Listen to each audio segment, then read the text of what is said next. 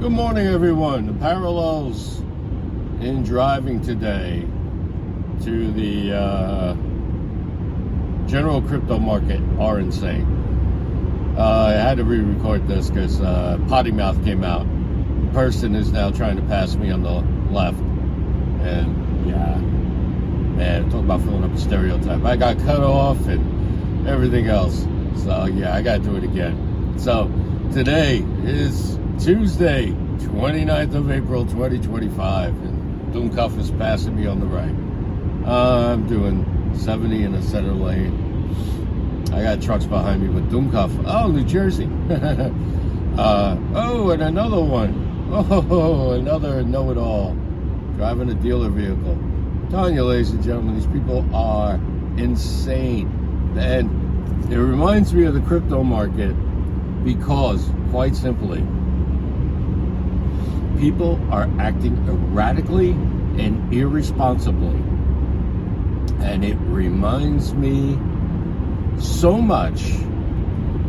I'm going to fall back over here so we can chat. It reminds me so much of when I was earning my associate's degree at my community college. The lady at the financial aid office, I'd love to give her a shout out, but I can't remember her name. But I remember the bumper sticker she had up. And the bumper sticker said, "Lack of preparation on your part does not constitute an emergency on mine." Let that sink in a little bit, because that's what these people are doing. They're trying to race to work because they didn't prepare enough. They didn't go to bed early enough.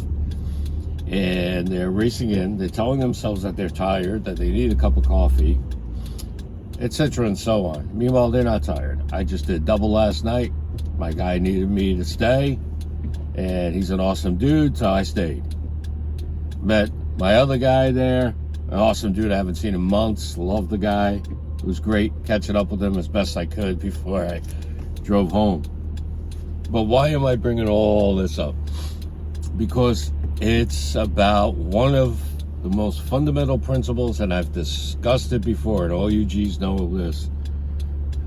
It's mindset. If you keep telling yourself you're tired, you're going to be tired. If you keep telling yourself you need a coffee, you're going to need a coffee. Now, you could be legitimately tired. You could be legitimately, we'll say, needing a coffee. Like, I'd love a coffee right now. I just didn't make enough this morning because working the double, I was rushed. However, I maintained my mindset. And now let me transition to what's going on in the market. What's that firm again? Hashdex did release a spot ETF, but they did it in Brazil. The media is saying Brazil has.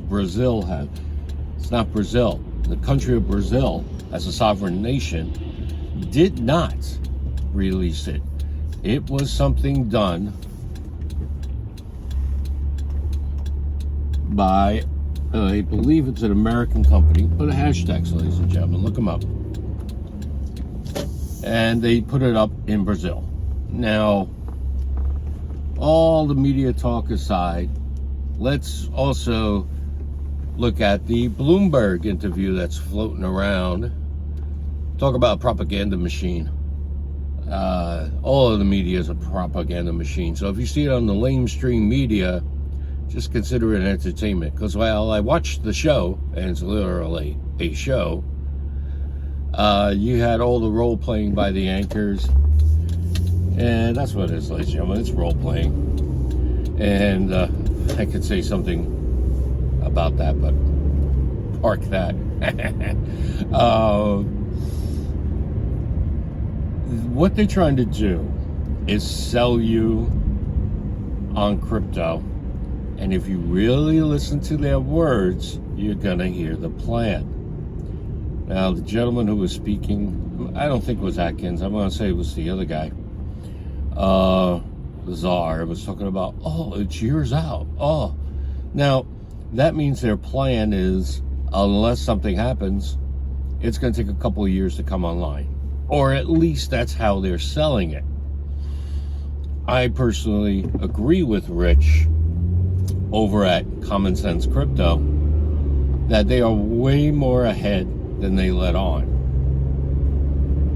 Now, I'm of the opinion that it's still going to be a few more years.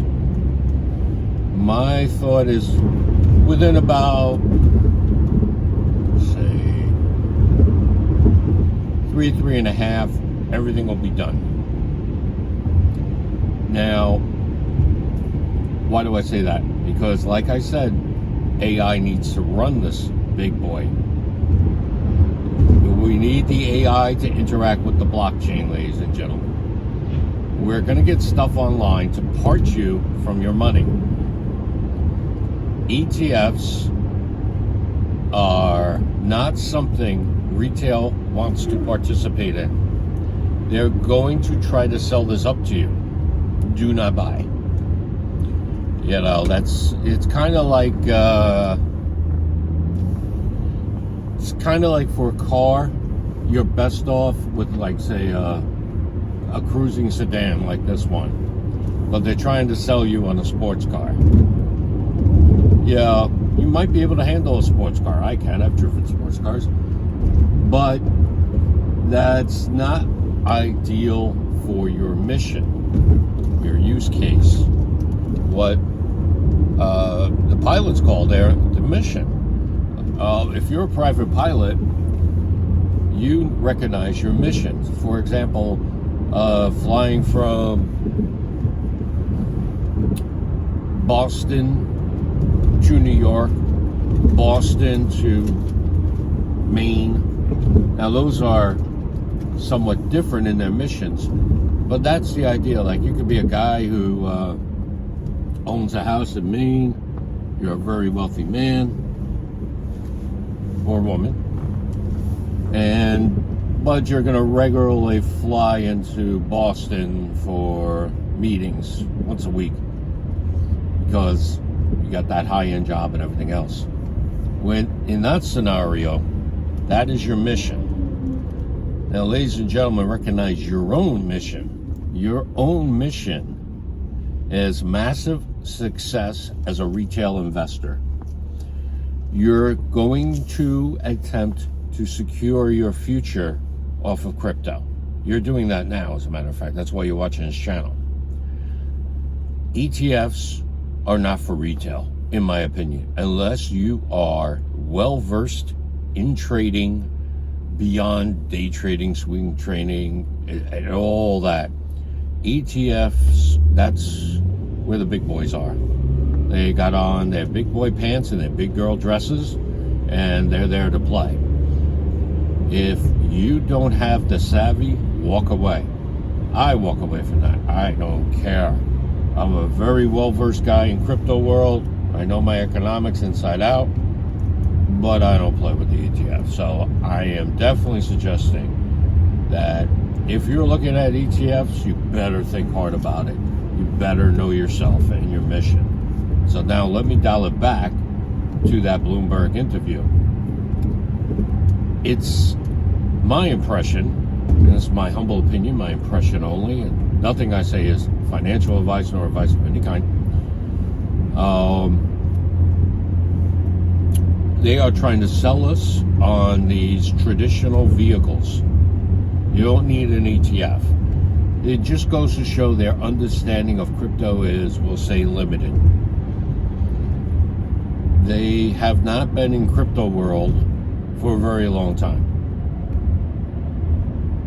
Most of the federal government who is involved in this now is banned from owning crypto.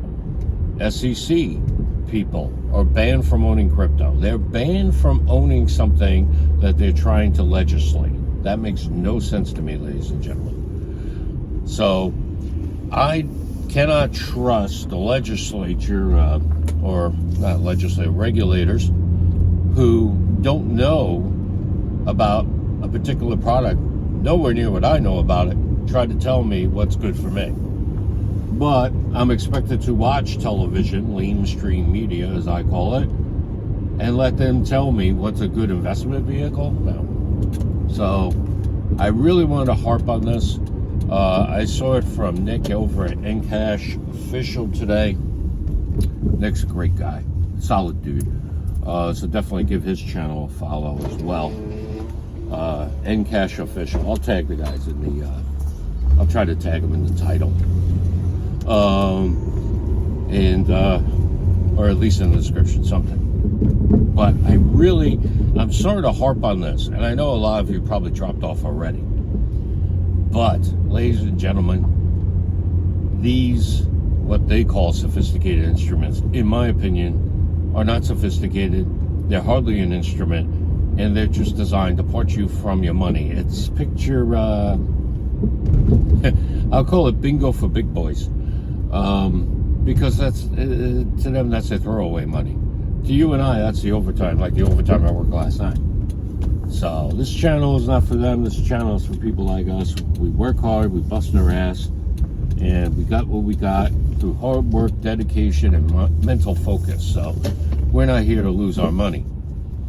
Now, let me see. I'll try to dig up the actual video from Nick and put that in the community under posts so everyone can see it.